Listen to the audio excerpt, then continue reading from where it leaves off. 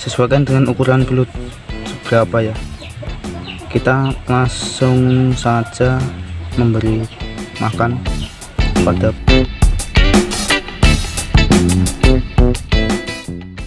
Halo, apa kabar sahabat bisnis terbaru? Sebelum kalian mencoba untuk budidaya belut, alangkah baiknya jika kalian memahami bagaimana cara membuat pakan belut. Untuk membuat pakan belut sendiri sangat mudah dilakukan, bahkan kalian bisa mendapatkan bahan-bahannya di alam tanpa harus memberinya. Seperti apa caranya? Ini dia. 7 jenis pakan belut alami yang mudah buat dan murah.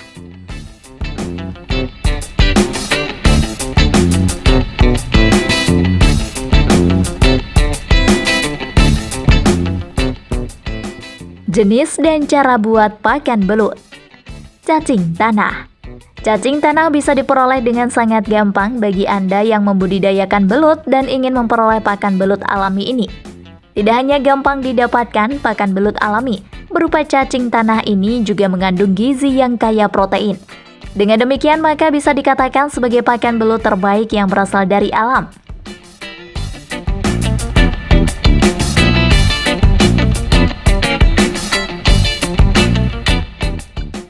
Bekicot.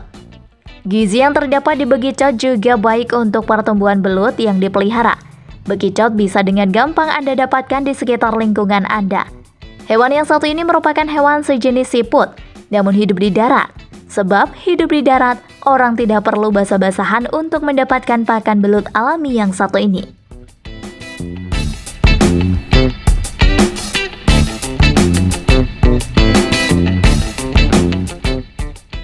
Keong mas atau keong sawah. Setelah bekicot, keong mas atau keong mouse atau keong sawah juga baik untuk dijadikan sebagai pakan belut yang dibudidayakan. Untuk dapat memberikan keong mas pada belut yang dipelihara, Anda dapat mencari keong mas ini di sawah, sungai, atau rawa-rawa. Keong mas atau keong sawah juga termasuk dalam sekelompok pakan belut yang baik untuk perkembangan belut.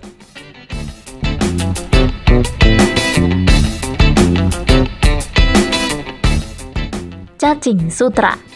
Siapa yang tidak kenal dengan cacing sutra? Tentu, hampir semua orang tahu jenis cacing yang satu ini. Cacing sutra juga baik untuk diberikan kepada belut yang Anda budidayakan. Ini karena cacing sutra memiliki kandungan gizi yang diperlukan untuk pertumbuhan belut.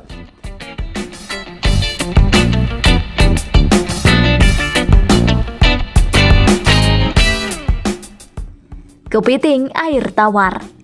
Untuk makanan belut yang kelima ini, yaitu kepiting air tawar, mungkin tidak perlu diberikan terlalu sering kepada belut yang dipelihara. Sebab, fungsi pemberian kepiting air tawar ini adalah untuk merangsang nafsu makan belut yang dibudidayakan.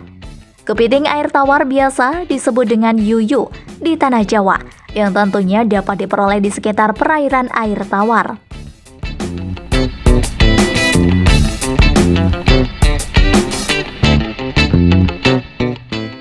Pakan buatan berbentuk pasta. Tidak cuma memakai santapan natural, kamu bisa membagikan santapan buatan buat ikan belut yang kamu budidayakan. Contohnya merupakan pasta. Santapan ini dibuat dari kombinasi sebagian bahan semacam pelet ikan, daging, serta tepung tapioka yang dicampur dengan air. Pemberian santapan berbentuk pasta dipercaya bisa memesatkan perkembangan ikan belut, yang pastinya hendak menguntungkan di kala pemanen nanti.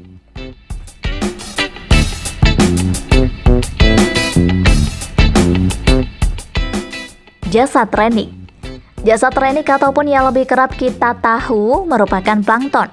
Pada budidaya belut media lumpur, jasad renik yang dihasilkan dari proses fermentasi serta pengolahan media belut yang produktif sangat berlimpah. Perihal ini yang menimbulkan budidaya belut media lumpur lebih efektif dari segi pakan, sebab cadangan pakan natural sangat berlimpah. Plankton mempunyai nilai protein yang besar, sehingga bisa merangsang perkembangan belut jadi lebih kilat.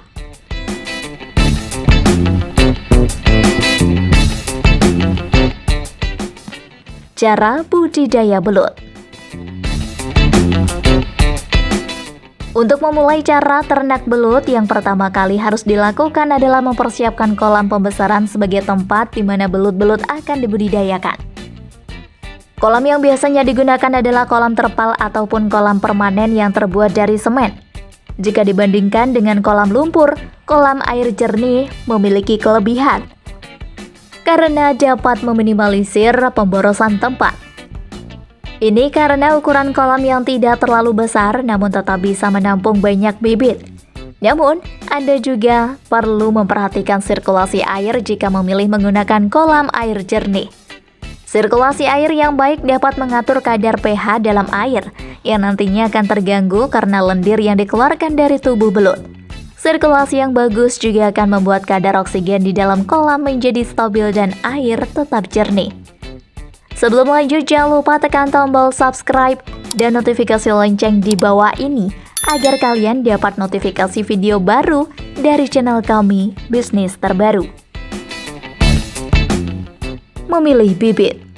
Selesai mempersiapkan kolam, cara ternak belut berikutnya adalah dengan memilih bibit belut. Pemilihan bibit belut ini penting karena akan menentukan hasil dari panen. Anda harus mencari bibit yang berkualitas dan unggul. Ada beberapa ketentuan dalam pemilihan bibit yang bisa Anda ikuti, yaitu pilih bibit yang tidak memiliki bekas luka dan kondisi belut yang lincah.